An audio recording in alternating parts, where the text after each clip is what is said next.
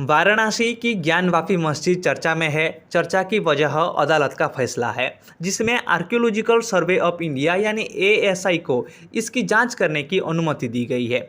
मुस्लिम पक्ष मस्जिद की खुदाई की वजह से मस्जिद के ढांचे को नुकसान पहुंचने की आशंका लेकर कोर्ट गया था, लेकिन एएसआई ने न केवल किसी भी तरह की खुदाई से इनकार किया, बल्कि ये भी कहा कि अगर खुदाई की ज़रूरत पड़ी तो वो अदालत से अनुमति लेने के बाद ही ऐसा करेंगे।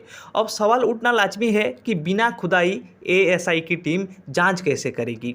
यूं तो इस मामले में कई टेक्निक है जो बिना जमीन की खुदाई किए अंदर का सच बताने में सक्षम है, पर सबसे सटीक परिणाम देने वाले उपकरण का नाम है ग्राउंड पेनेट्रेटिंग रडार।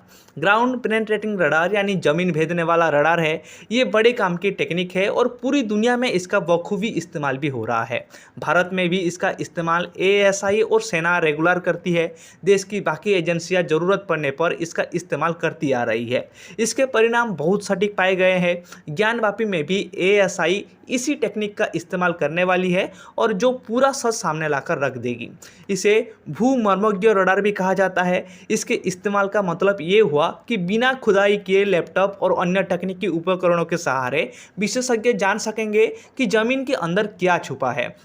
ये सब कुछ इमेज के जरिए उनके सामने आता है और साधारण शब्दों में कहे तो ये एक तरह का स्कैनर है जो ज़मीन के अंदर छिपी सच्चाई को सामने लाता है। जिस तरीके से मेडिकल साइंस में सीटी स्कैन के जरिए डॉक्टर बीमारी का आकलन करते हैं, अल्ट्रासाउंड के जरिए पेट में मौजूद पथरी या फिर भ्रूण की स्थिति का पता की जाती है, लगभग ऐसे ही ये रडार जमीन के अंदर का सच विशेषज्ञों के सामने लाता है।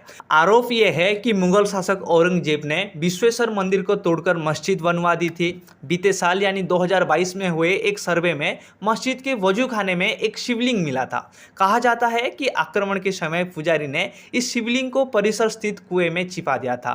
कालांतर में इसे वजू खाने के रूप में इस्तेमाल किया जाने लगा। ये एक पोर्टेबल छोटा सा उपकरण है। 15 मीटर गहराई तक का परिणाम ये आसानी से दे देता है। एंटीना जमीन के अंदर के संकेतों के आधार पर परिणाम देता है। जमीन के अंदर दीवार है या फिर पत्थर है, कोई धातु है या फिर कुछ और है, सारी जानकारी इसके माध्यम से सामने आती है। साल 1972 में इस टेक्निक का इस्तेमाल अपोलो मिशन में भी किया गया था।